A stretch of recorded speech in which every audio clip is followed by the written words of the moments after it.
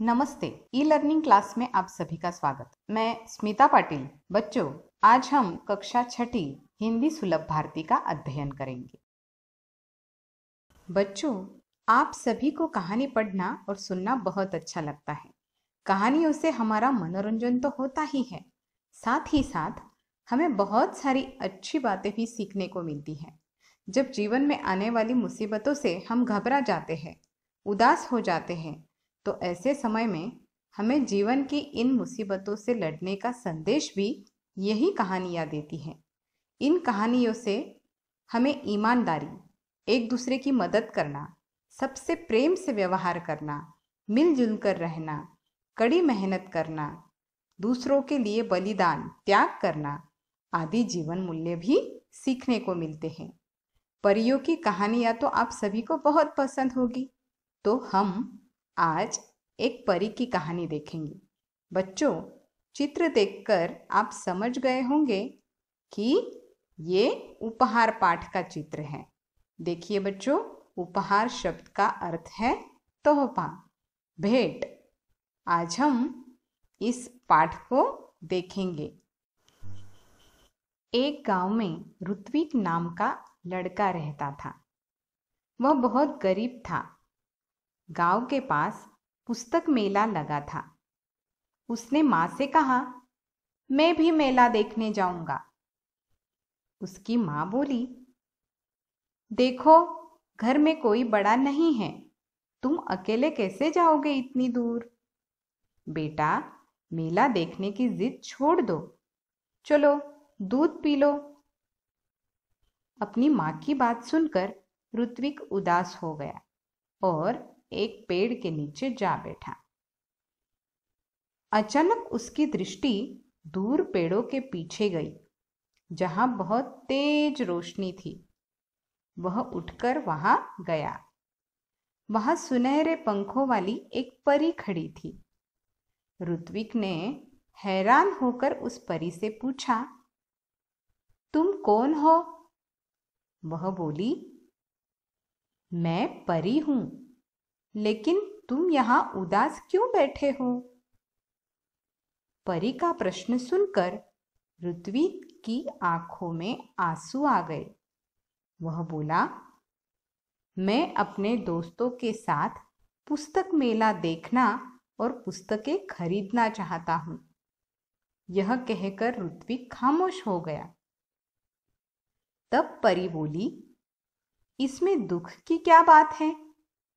यह समझ लो, तुम्हारी मदद करने के लिए ही मैं आई हूं।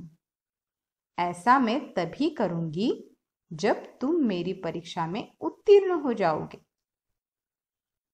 कौन सी परीक्षा है? ऋत्विक ने पूछा। परी ने कहा, बता दिया तो परीक्षा कैसी? ठीक है, ऐसा कहकर ऋत्विक वहां से चला गया। अभी वह कुछ दूर ही गया था कि उसे रास्ते में गिरी हुई एक पोटली मिली। ऋत्विक को यह विश्वास हो गया कि लाल रंग की इस मखमली पोटली में कोई कीमती चीज होगी। उसने उसे खोलना चाहा, फिर सोचने लगा, जब यह मेरी नहीं है तो इसे खोलने का मुझे हक नहीं है। ऋत्विक ने पोटली नहीं खोली। तभी किसी की आवाज उसके कानों में पड़ी, बेटा, मेरी पोटली गिर गई है रास्ते में, क्या तुमने देखी है? ऋत्विक ने पूछा, किस रंग की थी? लाल रंग की, राहगीर ने बताया। और कोई पहचान बताओ, ऋत्विक ने राहगीर से कहा। उस पर एक परी का सुनहरे रंग में चित्र बना है, राहगीर का जवाब था। ऋत्विक ने अपनी थैली से जब वह पोटली निकाली तो उस पर छपा परी का चित्र चमकने लगा। ऋत्विक ने वह पोटली राहगीर को दे दी। सुबह उठकर वह वहीं पहुंचा। जहां उसे परी मिली थी। देखा तो वहां कोई नहीं था। वह बैठ गया।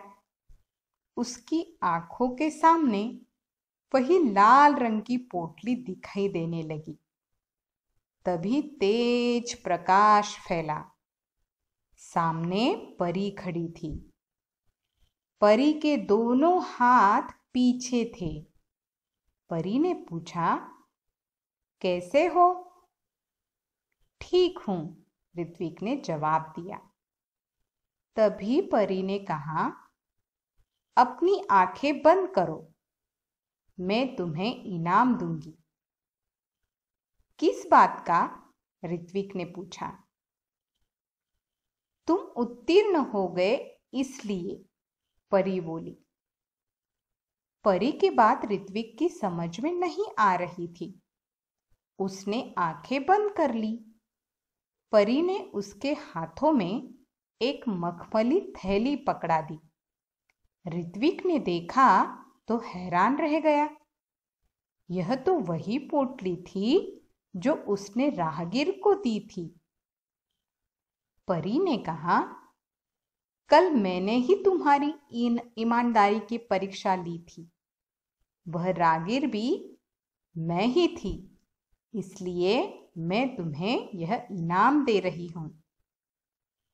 परी ने ऋत्विक को समझाया, ईमानदार व्यक्ति के जीवन में किसी वस्तु की कमी नहीं होती। जाओ, अब तुम्हें मनचाही वस्तु मिलेगी। ऋत्विक के पास शब्द नहीं थे जिनसे वह परी को धन्यवाद देता। खुशी से उसकी आंखें भर आई। लाल मखमली पोटली ऋत्विक ने अपनी मां को दी। उसकी समझ में यह नहीं आया कि उसका बेटा उसे क्या दे रहा है। जब मां वह पोटली खोलने लगी, तब पोटली कई गुना बड़ी हो गई। उसमें से सुंदर सुंदर पुस्तकें बाहर निकल आई।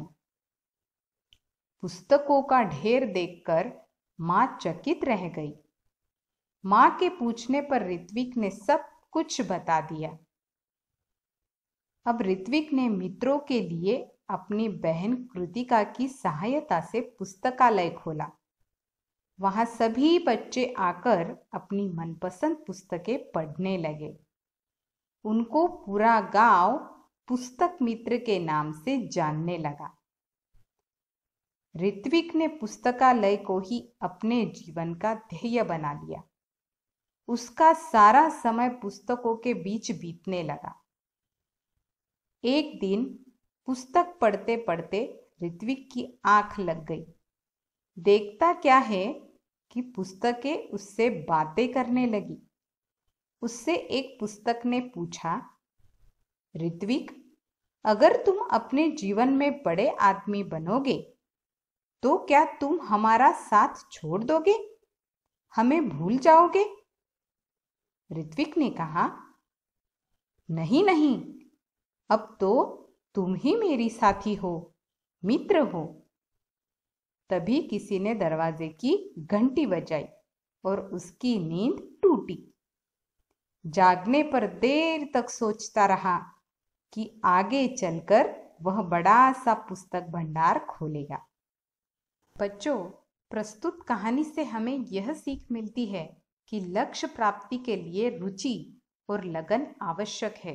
यदि हम जिंदगी में, जीवन में कुछ बनना चाहते हैं, कुछ करना चाहते हैं, तो हमें कड़ी मेहनत करनी पड़ेगी और मेहनत के साथ साथ ईमानदारी से अपना व्यवहार करना पड़ेगा। तो ही हम बहुत ऊंचाई तक पहुंच सकेंगे।